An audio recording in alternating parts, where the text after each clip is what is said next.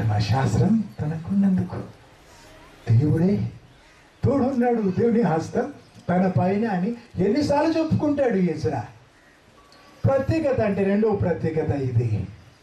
ధర్మశాస్త్రం ధ్యానించే విషయం ఒక ప్రత్యేకత అయితే దేవుని హస్తం నా మీద అంటాడు. ఒక ఉదాహరణ చెబుతాను. నేను చక్రవర్తితో చెప్పినానేమని, దేవునికి భయపడితే, దేవుని ప్రేమిస్తే దేవుడు కాపాడుతాడు, రక్షిస్తాడు, దీవిస్తాడని నేను చక్రవర్తికి ధైర్యంగా చెప్పినాను. అందుకే మందిర ఉపకరణాలన్నీ ఆ చక్రవర్తి ఇచ్చి పంపించినాడు. వెండి బంగారం చాలా ఎక్కువ. నెబుకద్నెజర్ రాజు తీసుకెళ్ళిన ఆ పాత్రలన్నీ, మందిరంలో ఉన్న పాత్రలు సైరస్ చక్రవర్తి ఇచ్చి పంపించినాడు. చాలా దూరం ప్రయాణం. ఎజ్రా అంటాడు, అయితే కూడా నేను కావలి కొరకు అడగలేదు. ఎందుకు? నాకు సిగ్గైంది. ఇంత గొప్ప దేవుణ్ణి సేవిస్తున్నామని చెప్పినా కదా, కాపాడుతాడని చెప్పినా. అందుకే 3 రోజుల ఉపవాస ప్రార్థన చేసి బయలుదేరినాం. దేవుడు క్షేమంగా తెచ్చినాడని చెబుతున్నాడు. దేవుని పైన ఆధారపడ్డాడు కదా, దేవుని హస్తం తన పైన. కీర్తనలు 119:92. ప్రభా, నీ ఆజ్ఞలు నాకు సంతోషాన్ని ఇవ్వకపోతే నా శ్రమలో చచ్చిపోతును. నేను రోజుకి 100 సార్లు పలకగలను ఈ మాట. నా శ్రమలు దేవుని వాక్యం నాకు ఆధారం కాకపోతే ఎప్పుడో చచ్చిపోదు. కాలంతా కూలిపోయినప్పుడు, రక్తం అంతా కాలిపోతూ ఉంటే అట్లా పై కొంచెం కొంచెం ఉప్పి తక్కువది, ఇంకో చేరిపోయిన కూలిపోయిన కాలు పెట్టుకుని యోబు గ్రంథం ధ్యానిస్తూ ఉంటుంది. ఉదికు రక్తం అంతా ఒదిగిపోతూ ఉంటే నిద్ర ఎక్కడ పగలు రాదు. శ్రమలు, నా శ్రమలు, నీ ధర్మశాస్త్రం నాకు సంతోషం ఇవ్వకపోతే నశించిపోదు. సంతోషం మాత్రం కాదు, ఫలం ఇస్తాయి కదా. జీవము గల దేవుని మాటలు నన్ను జీవింపజేస్తాయి. కీర్తన 119:11. నీకు విరోధముగా నేను పాపము చేయకుండా నీ మాటలు నా హృదయంలో దాచుకున్నా ప్రభువా. దేవుని మాటలు నీ హృదయంలో దాచుకున్నప్పుడు ఏమవుతుందట? దేవునికి వేరుగా, దేవునికి దూరంగా నువ్వు పోకుండా ఆ దేవుని మాటలు నిన్ను ఆపుతాయట. హల్లెలూయా. నీకు ఒక పగం లాగా నీ జీవితాన్ని పట్టుకొని ఆ దేవుని మాటలు, జీవం గల దేవుని మాటలు దేవుని చింతకే నడుపుతాయి. నడిపిస్తారు కదా గుర. నీ ఆత్మలో దేవుని మాటలు అంటే నువ్వు పడకుండా, చెడకుండా నిన్ను పదిలపరుస్తాయి. దేవుని మాటలు నిన్ను నిలబెడతాయి, నిన్ను కాపాడుతాయి, అట్లాగే నీకు జయమిస్తాయి దేవుని మాటలు. 119వ కీర్తన 97 నుంచి 100 వరకు. నీవు దేవుని మాటలు, ధర్మశాస్త్రం ధ్యానించినప్పుడట శత్రువులను మించిన జ్ఞానం అట. అంత జ్ఞాని అయిన దేవుని మాటలు నువ్వు ధ్యానించగల ఏమవుతుంది? ఆ మాటలు నీలో భాగంగా మారుతాయి. చెప్తున్నాయి కదా, ఉదయం ఇడ్లీ తిన్నావేమో, ఇక్కడ ఇడ్లీ, ఇక్కడ దోశ నీకు కనబడుతుంది, నీలో భాగమైంది. కిచడి తిన్నావేమో కదా, కానీ అయితే నీలో భాగమైంది.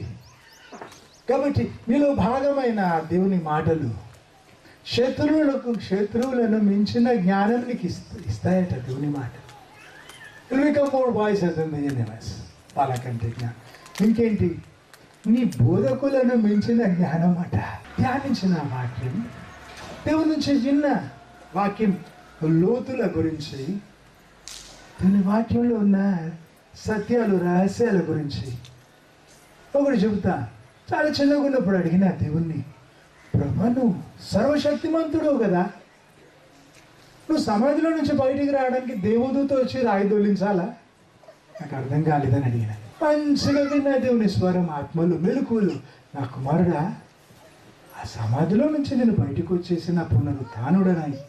అయితే సమాధి ఖాళీగా ఉందని మనుషులు చూడాలి కదా, అందుకే నా దూతను పంపించిన, రాయి దొల్లించినాడని చెప్పినాడు దేవుడు. చిన్న వయసుకి దేవుడు నేర్పించినాడు. అయితే ఈ మాట చెప్పగలను, నా బోధకులను మించిన జ్ఞానం నాకు ఇచ్చినాడు దేవుడు.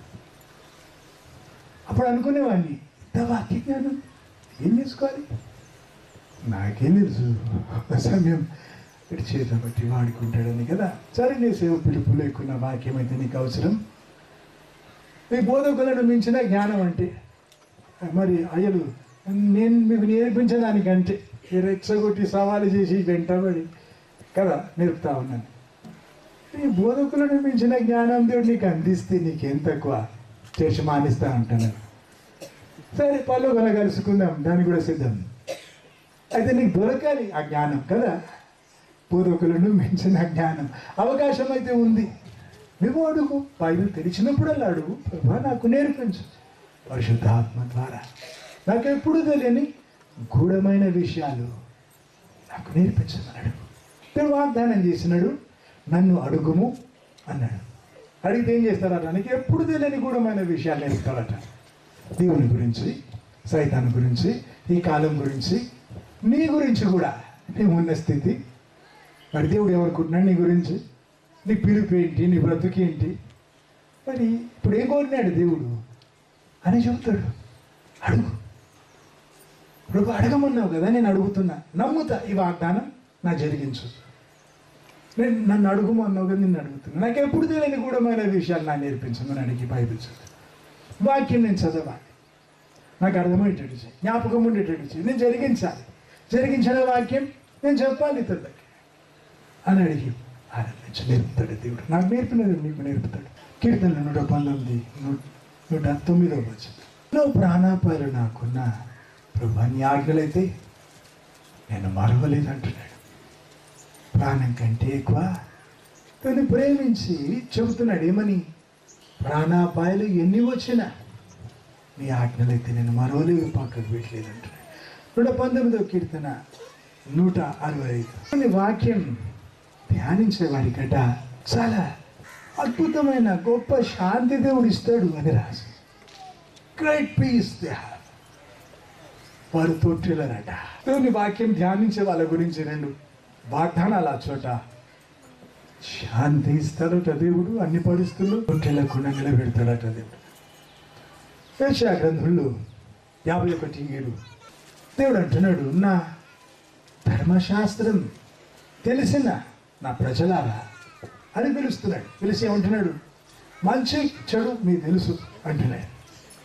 ఇంకేమంటాడు? మనుషుల వెలివేతకు భయపడకు, మనుషుల నిందకు భయపడకు, వారి అవమానాలకు భయపడేది అవసరం లేదు.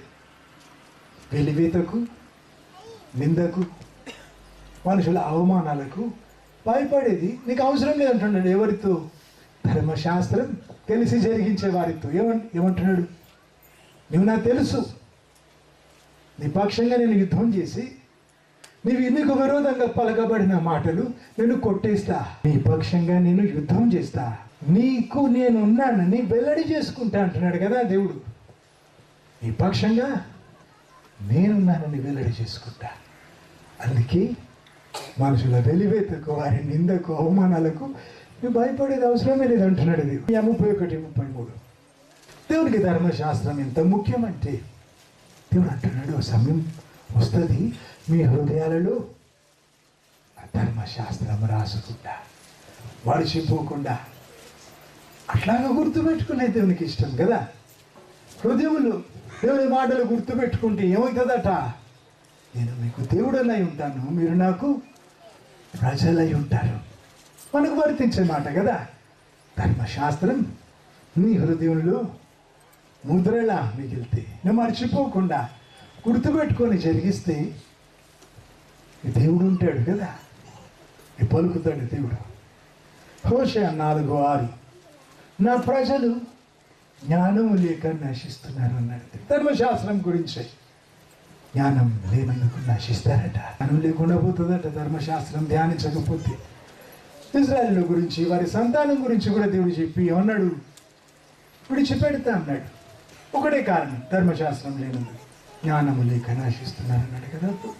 మత్తయి సువార్త 5:17-19 వరకు యేసు ప్రభు అన్నాడు, ధర్మశాస్త్రం నేను కొట్టేయడానికి రాలేదు, జరిగించడానికి, పూర్తి చేయడానికి వచ్చింది అన్నాడు ప్రభు.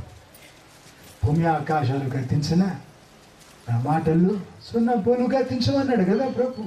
అంత ముఖ్యం దేవునికి, అంత ముఖ్యమైతే దేవుని భయంతో దేవుని ఆజ్ఞలు జరిగించాలి.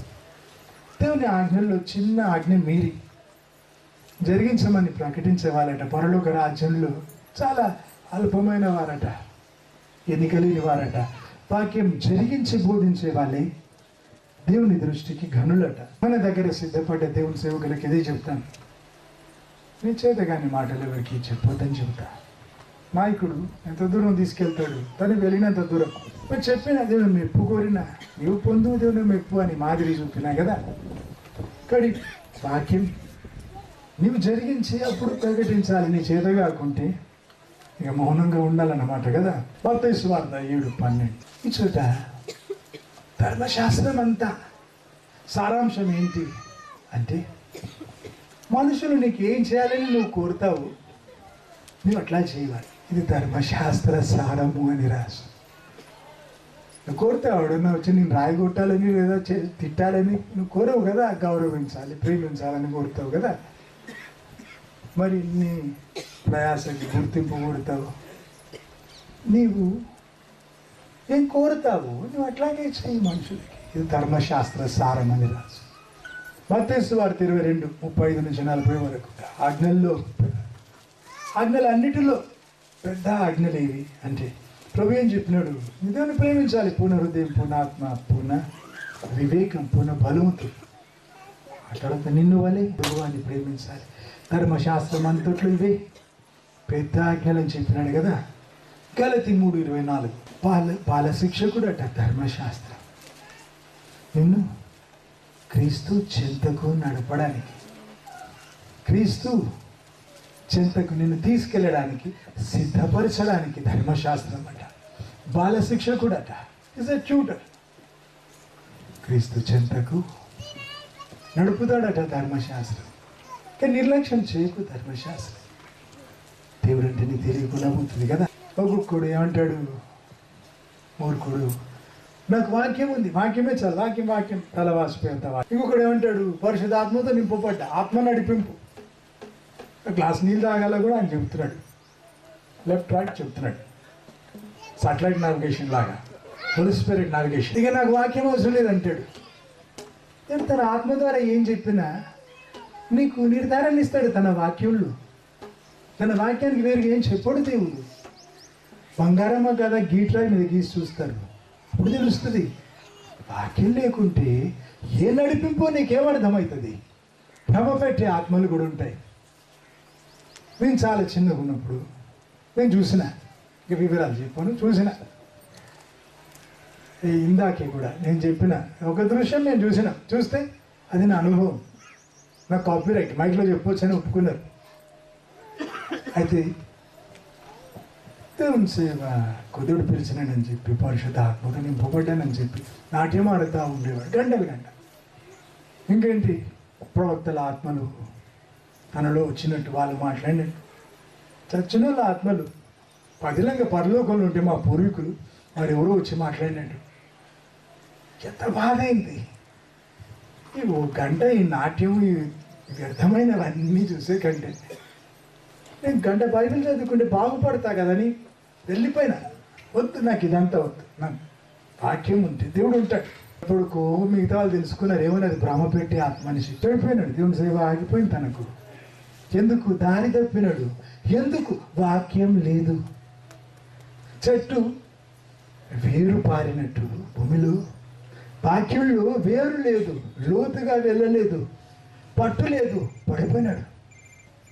నువ్వు వాక్యంలో వేరు పారితే పైకి ఎదిగి ఫలిస్తావు, వాక్యంలో వేరు పారు. తప్పుడు బూదలకి కొట్టుకొని పోకుండా ఉంటావు కదా, బలి కాకుండా ఉంటావు. వాక్యము నీకు బాల శిక్షకుడు, నిన్ను జాగ్రత్త చేసేవాడు, ఈజ్ ద ట్యూటర్. సిద్ధపరిచి సిలువ చెంతకు నడుపుతాడు. క్రీస్తు చెంతకు నిన్ను నడిపేవాడు ఆయనే కదా. దేవుని వాక్యమే. యోహాను సువార్త 17:7.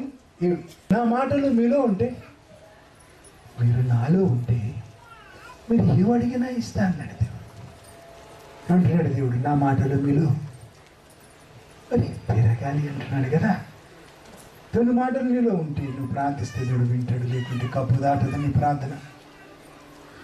యోహాను సువార్త 12:48. ఈ మాటలే మనకు తీర్పు తీరుస్తాయట. ఇదే మనకు సిలబస్, ఇదే మనకు తూకం. దేవుని మాటలే మనకు తీర్పు తీర్చేది. సరి చేసుకోకపోతే వాక్య ప్రకారం సరిపోవు ఆ చోట. ఒక ఆయన పెద్ద వయసు, ఇండియాలో సెకండ్ తనకు పేస్ మేకర్ పెట్టినాడు. గుండె సరిగా కొట్టుకోవడానికి మెషిన్ లోపల పేస్ మేకర్ అంటారు. రెండో వాడు ఎందుకు మొదటి రోజు చచ్చిపోయినాడు, ఈయన చాలా ఇళ్ళు బతికినాడు.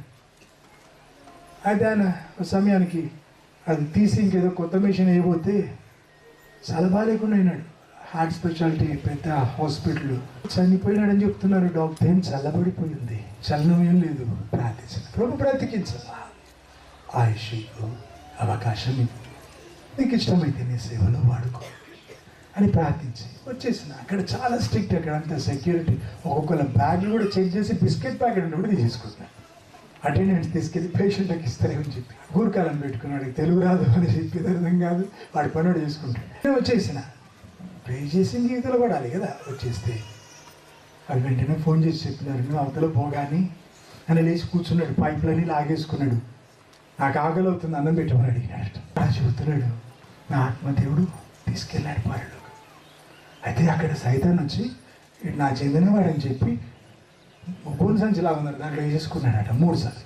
తక్కువైందానికి అప్పుడు బాప్తిసం తీసుకున్నాడు చాలా ఆలస్యంగా. ఆశ మాత్రం ఉంది దేవుని కొరకు బ్రతకాలని, ప్రయత్నం ఇంకా మొదలు కాలేదు. చచ్చినాడు. సైతాన్ ఏమంటున్నాడట, మా చెందినవాడు. సరిగ్గా బ్రతికించినాక ఆయనకి ఎంత భయం పుట్టిందంటే, మళ్ళీ వస్తాడా సైతాను, పట్టుకెళ్తాడా అని తన కూతుర్ని పదే అడిగేవాడట. వణుకుతూ బ్రతికినాడు. ఇంకా 20 సంవత్సరాలు ఆయుష్ ఇస్తున్నా అని చెప్పినాడట దేవుడు. ఆ సేవ చేయమని చెప్పినాడట. శాస్త్ర నీతి కంటే పరిశీలన నీతి కంటే నీ నీతి అధికం కాకుంటే పరలోకం పోవు కదా. అది ఒరిజినల్గా నువ్వు ఉన్న పరిస్థితి. నీకు మంచి పెంపకం దొరికింది, మంచి మాదిరి దొరికింది, నీ ఉత్తరవాదిత్వం పెరిగింది. కానీ ఇంత తెలిసి నువ్వు రగలకుంటే దేవుని కొరకు 1,00,000 రెట్లు శిక్ష పెరుగుతుంది కదా, 1,00,000 రెట్లు. కానీ ఇంకెవరితోనో పోల్చుకోకు. నీ పరిస్థితి ప్రత్యేకం. నీ మంచి అవకాశం ఇచ్చినాడు దేవుడు, సమయం కూడా చాలా ఇచ్చినాడు. లెక్క చెప్పుకున్నా ఎక్కువ ఉంటుంది. లెక్క చెప్పుకుని నువ్వు వాక్యమే మన తీర్పు తీర్చేదట. సరే, ఇంత మంచి ధర్మశాస్త్రం ఇంకెవరికైనా ఉన్నదా అన్నాడు. ఇంకేమన్నాడు మోషే, పిలిస్తే పలికి అంత దగ్గర ఏ దేవుడైనా ఉన్నాడా? అదొక మాట చెప్పి ముగిస్తా. నేను కాలంతా కూలిపోయినప్పుడు ఆశ లేదు, చచ్చినాడని చెప్పుకున్నారు పట్నుళ్ళు. మా బంధువులు కూడా మోకాల పైనుంచి పాదం వరకు కూలిపోయి ఈగలు వాలివి. ఎక్కడ కాలు పెడితే రక్తం మడుగు కట్టేది, రక్తం కాలిపోయేది.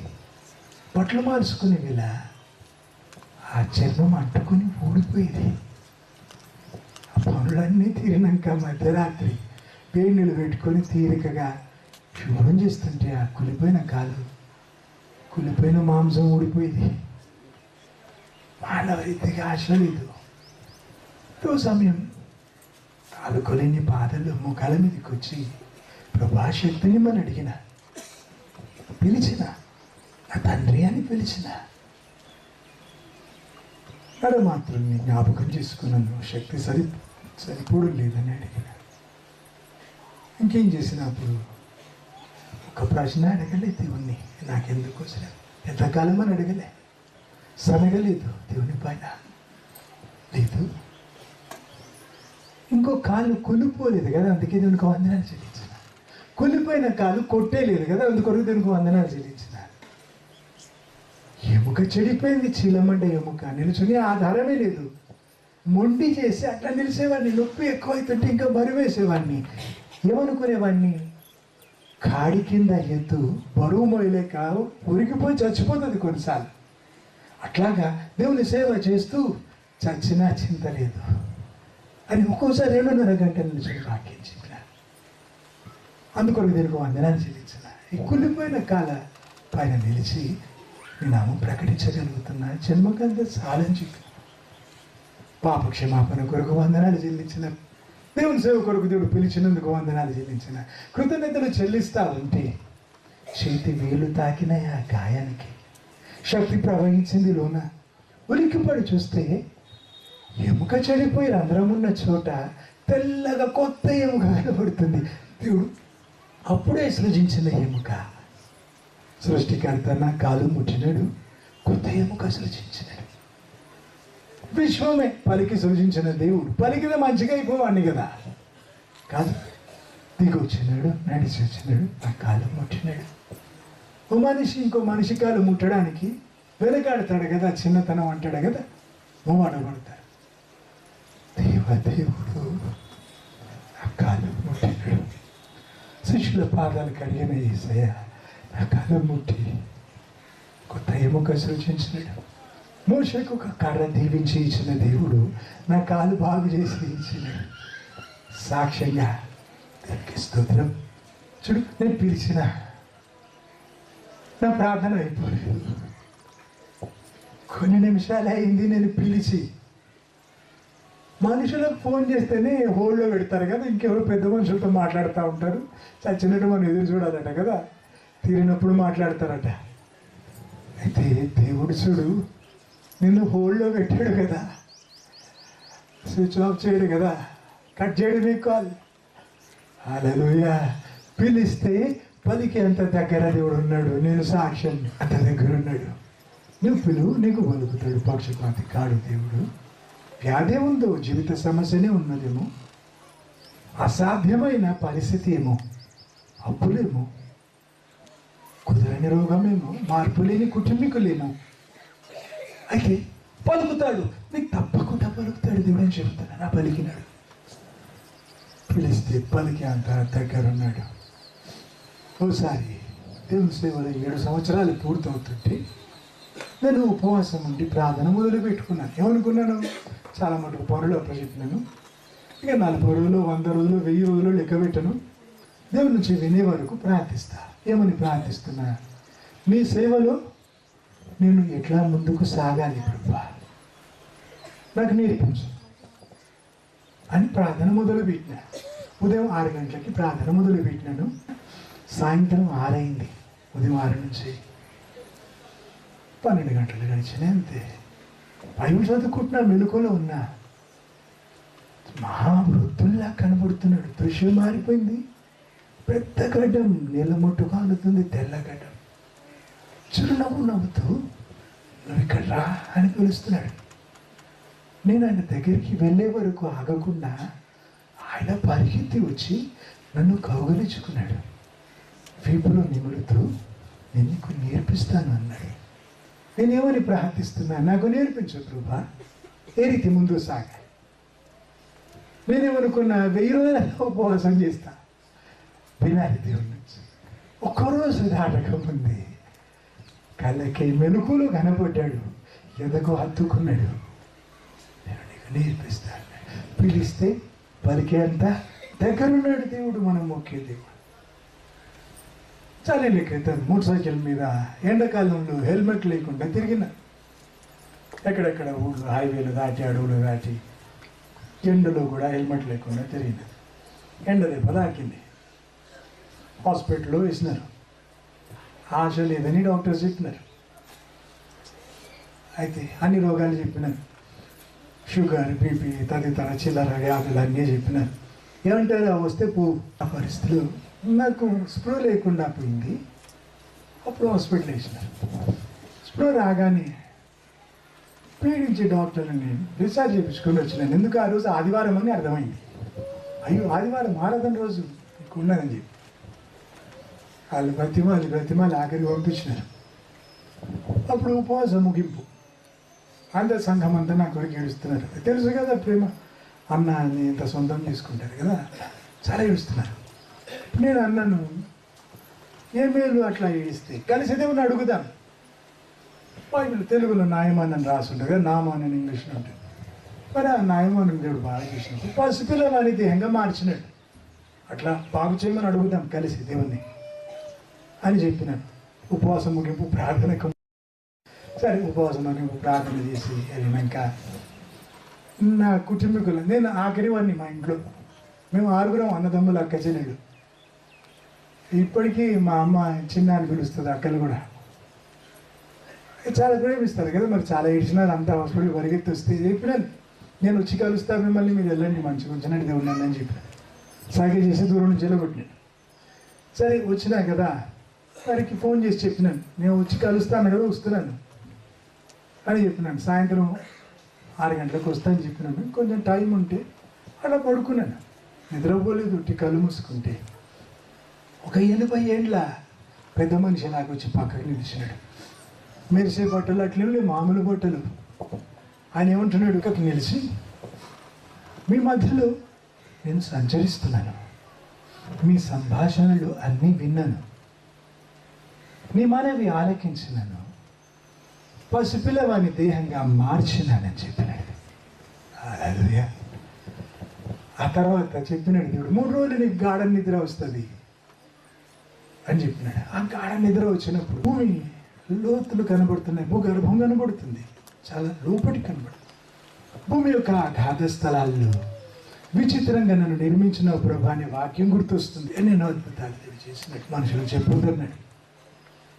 అయితే 3 రోజులు గాఢ నిద్ర అని దేవుడు చెప్పినప్పుడు నాతో ఉండే వాళ్ళే చెప్పినాను, గాఢ నిద్ర అన్నాడు దేవుడు, ఈసారి మీరు హాస్పిటల్ ఎత్తుకపోతే తంతాను మళ్ళీ అని చెప్పి ఎక్కడ తీసుకోలేదు. ఆయన ఇంకా పసిపిల్లవాని దేహంగా అన్నాడు కదా దేవుడు. ఆయన ఇంకా మంచి రూపం ఇవ్వబోతున్నాను కూడా చెప్పినాడు కదా, నా కుమారుడు ఆ మంచి రూపం ఇచ్చి నమ్మగలను నిన్ను అని చెప్పినాడు. అయితే కొంతకాలం నుంచి నల్లగా మొలుస్తుంది చుట్టూ. కాలేజీలో ఉన్నప్పుడు ఎట్లో అట్లా వస్తుంది చుట్టూ. దేవునికి మహిమ కలుగును గాక. పసిపిల్లవాని దేహంగా అన్నాడు కదా దేవుడు. అట్లా సత్తువ ఇచ్చినాడు దేవుడు. గంటలు గంటలు ప్రాణం మొదలు పెడితే బెంగళూరుకి అని బయలుదేరితే నేను చెప్పిన నాతో ఉన్న వాళ్ళకి, నా అలసిపోయినప్పుడు మీకు ఇస్తాను డ్రైవింగ్. బెంగళూరు హైవే మంచిగా ఉంటుంది కదా, వాళ్ళకి నడపాలని ఆశ అనిపిస్తుంది. బెంగళూరు వచ్చినాకనే ఇచ్చడం 600 కిలోమీటర్. అయితే పసిపిల్లవాడిని దేహంగా అంటే అట్లా చేసినాడు దేవుడు. నేను పిలిచిన పలికినాడు దేవుడు. 24 గంటలు గడువుకో మునిపి అదుకున్నాడు ఆ రీతిగా. అయితే ఇదొక్కటి చెప్పి నేను ఆపుతున్నా. నిజంగా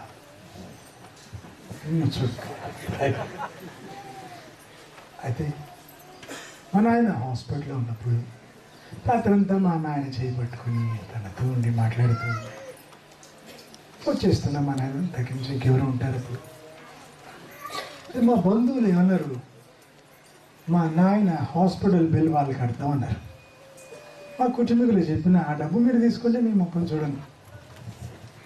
మా నాయన కదా, నేను కడతా ఆ డబ్బు, నాకెంత కుషిది దేవుడు, వాళ్ళ సొమ్ము మనకి ఎందుకు వద్దని చెప్పిన. ఆ బాధ ఉండింది మనసులో. నాయన దగ్గర నుంచి బయలుదేరి వచ్చాడు. పెద్ద వర్షం పడుతూ ఉంది, ఉదయం 9 ఆ టైం. మంచి ట్రాఫిక్లో వేరే వాళ్ళ స్కూటర్ నడుపుతున్నాను, సొంత వెహికల్ లేదప్పుడు నాకు. అయితే నిట్టూర్పు, అది ప్రార్థన కూడా కాదు. అయ్యో ప్రభా, మనుషుల చేతికి నన్ను అప్పగించకు అని కన్నీళ్లతో ఓ నిట్టూర్పు, అంతే. పిలవలేదు కూడా దేవుణ్ణి, నా గోడు చెప్పుకోలేదు కూడా, ఒట్టి నిట్టూర్పు అది. అయ్యో ప్రభా, మనుషుల చేతికి నన్ను అప్పగించాను. అట్లా మనస్సులో అనుకున్న, పలకలేదు కూడా. ఆ సమయంలో ఇంత బాధలు, ఆ స్కూటర్ గుంటలో బడిలేసింది. అప్పుడప్పుడే మంచిగా అవుతున్న నా కాలు, ఆ గాయం ఏమైందో తెలియదు, బురదలో మానుతున్న గాయం. కొత్త ఎముకైతే ఉంది, దెబ్బ అయితే తాకింది బలంగా. పక్కకు ఆపుకొని చూసుకున్నా, మళ్ళీ ఏమైంది ఏమవుతుంది అని ఒకసారి కాలు దిక్కు ఒక లుక్ ఇచ్చిన, ఎముక బాగుంది చాలు అనుకున్నా. ఆయన ఇంకా నేను మర్చిపోయినా. 2 రోజులు అయినాక, ఒక 2 రోజులు అయినాక నా పరిచయం లేని దేవుని సేవకుడు వచ్చినాడు. ఆయన ఎదురు రావడమే వణుకుతా ఉన్నాడు, భయపడుతున్నాడు. ఏమంటాడు, నేను ఇది వరకు మీ చర్చికి వచ్చి వాక్యం విన్నాను, నువ్వంటే భయం నాకు. అయితే వాక్యం చెప్పేప్పుడు చూసినాడు కాబట్టి ఆయన పెడకల స్టేజ్లో ఉన్నాడు. ఇంకా కానీ వణుకుతున్నాడు. నువ్వు తెలుసు, నాకు వాక్యం విన్నా ఒకసారి వచ్చి మీ చర్చికి. అయితే నీకు మాట చెప్పమన్నాడు దేవుడు. నేను ఆలస్యం చేసిన. ఇక దేవుడు శిక్ష పెడతాడేమో అని భయమైంది నాకు. అందుకే వచ్చిన అని మాట పూర్తి చేయలేదు. ఇంకా దేవుడు చెప్పమన్న మాట ఇంకా చెప్పలేదు. తనకి ఎంత భయమో చెబుతున్నాడు. ఆ ఉనుకు చెబుతుంది. ఈలోగా దేవుడు తన ఆత్మతో నింపి వశం చేసుకున్నాడు ఆ మనిషిని. ఆయన కళ్ళు తెరిచి ఉన్నాడు, నాతో మాట్లాడుతున్నాడు కదా. ఆ కళలో నుంచి దేవుడు నా వైపు చూస్తూ కన్నీరు కారుస్తూ, నా కుమారుడా, మనుషుల చేతికి నిన్ను అప్పగించాను అన్నాడు. అది నా నిట్టూర్పు కదా. ఇంత విశ్వంలో ఇన్ని కోట్ల మందిలో ఒక్క మనిషి గుండె బాధ మోకాళ్ళ మీద ఉండి ప్రార్థించి చెప్పలేదు కూడా కదా, పిలవలేదు కూడా కదా. నా నిట్టూర్పు అది. అయ్యో ప్రభా, ఇంకేమన్నాడు? ఆ కుమారుడా, కన్నీళ్ళతో, నా ప్రేమ నీకు తెలీదా? మనుషుల చేతికి అప్పగిస్తానని నువ్వెట్లా అనుకున్నావు అంటున్నాడు. ఎంత నోచుకున్నాడు కదా. నా ప్రేమ ఇంత తక్కువ అంచనా వేసినావా అన్నట్టుంది కదా. నేను నీకు ఇంతే తెలుసా, ఇంతేనా నన్ను గుర్తుపట్టింది అంటున్నాడు కదా. తండ్రి హృదయం ఎంత నోచుకున్నాడో కదా. నా కుమారుడు అని చెప్పి నేను ఇంత చేరదీస్తే పిచ్చోనికి అర్థమే కాలేదు చూడు అన్నట్టుంది కదా. మనుషుల చేతికి అప్పగిస్తానని ఎట్లా అనుకున్నావు? అప్పగించను నా కుమారుడా, మనుషుల చేతికి ఎప్పుడు నేను అప్పగించను అన్నాడు. నా పిల్లల కొరకు అదే వాగ్దానం కోరిన, మొండి చేసి పట్టుబట్టి అడిగిన దేవుణ్ణి పలికినాడు దేవుడు. నీ సంతానాన్ని కుడిస్తున్న ఈ వాగ్దానం మనుషుల చేతికి అప్పగించను. నిర్మాణం మొదలైనప్పుడు ఎంత అట్టుండింది మరి. పాస్టర్ ఇసాక్ గారు ఉపవాస ప్రార్థన మొదలుపెట్టినాక దేవుడు కలుగజేసుకుని దేవుడు మీ పక్షంగా యుద్ధం చేసి తుఫాను ఎట్లాగా అనగదొక్కినాడు కదా. మనుషుల రికమెండేషన్లు లేకుండా, లేదా మనుషుల విషయాన్ని బట్టి పని ఆగిపోకుండా 15 లక్షలకు కొంటే 30 లక్షలు దాటి అయిపోయిందట ధర. మరి నిర్మాణం మొదలై పూర్తయింది కదా. దేవునికి స్తోత్రం. మనుషుల చేతికి ఇసాకును కూడా అప్పచెప్పలేదు కదా దేవుడు. హల్లెలూయా. నువ్వు దేవుని కొరకు అలా బ్రతుకు. నీవు ఎవరు దేవుడు అంటే తెలియదేమో, లేదా తెలిసి సలాన్నవేమో, లేదా మంచిగా ఉన్నావేమో. నేను ఏం చెబుతున్నా నీకు సవాలు చేసి బ్రతుకు నాలాగా. దేవుని ప్రేమించి సర్దుకోకుండా నీకు సొంతమే వాగ్దానం. మనుషుల చేతికి నిన్ను అప్పచెప్పడు దేవుడు. మరి పిలిస్తే పలికి అంత దగ్గర ఉన్నాడు చూడు. ఒట్టి నిట్టూర్పు విడిచిన పలికినాడు కదా. God to get personally. Hallelujah. ఎంత పర్సనల్గా తీసుకున్నాడు కదా. ఎంత నొచ్చుకున్నాడు. ఇంత విశ్వంలో నా దగ్గర వచ్చి నిలిచి నాతో మాట్లాడినాడు కదా. నా నిట్టూర్పు ఎత్తి మాట్లాడినాడు కదా. హల్లెలూయా. హీ అడ్రస్ మై సైన్స్. నా ఆత్మలో ఉన్న మూలుగు కదా అది. It was a groaning of my spirit. అది పలకరించి మాట్లాడినాడు కదా దేవుడు. గుండె బాధ పలకరించి మాట్లాడినాడు కదా. నా నిట్టూర్పు పలకరించి మాట్లాడినాడు. ప్రార్థనలు మాత్రం కాదు, నీ నిట్టూర్పు కూడా దేవునికి తెలుసు.